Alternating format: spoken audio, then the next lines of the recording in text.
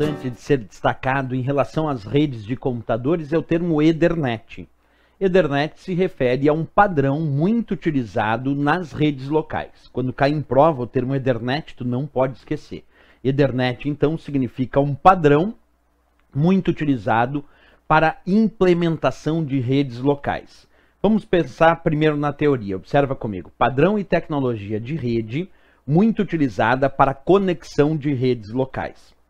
Aqui eu demonstro para vocês a ideia de vários computadores conectados entre si numa topologia chamada estrela, usando ali um switch como ponto central, como concentrador, mas onde esse switch pertence ao padrão Ethernet. Os cabos de rede utilizados nessa rede pertencem ao padrão Ethernet.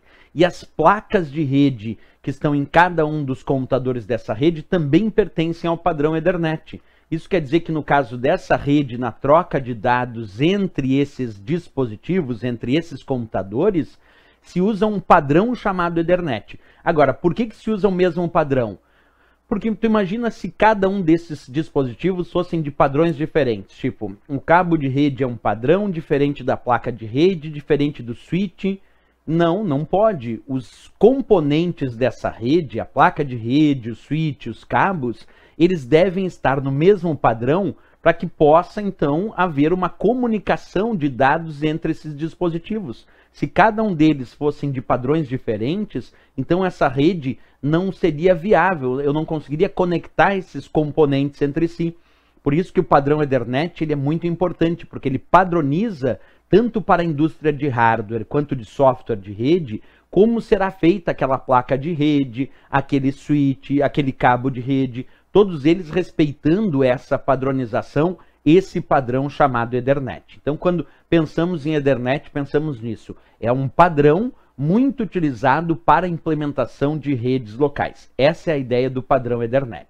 Aqui eu tenho uma demonstração rápida para vocês de várias distinções aí do padrão Ethernet. Por exemplo, ó, o Ethernet inicialmente foi criado para taxas de transferência de dados para velocidades de até 10 megabits por segundo, 10 Mbps.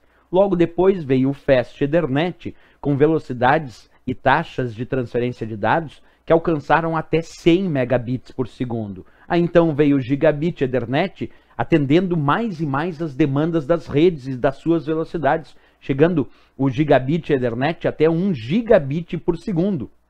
Aí veio então o 10 Gigabit Ethernet, chegando a 10 gigabits por segundo. Lembrando que giga é bilhões. Então tu imagina que inicialmente o padrão Ethernet começou com taxas que iam até 10 megabits por segundo e chegou ao 10 Gigabit Ethernet com taxas de até 10 gigabits por segundo.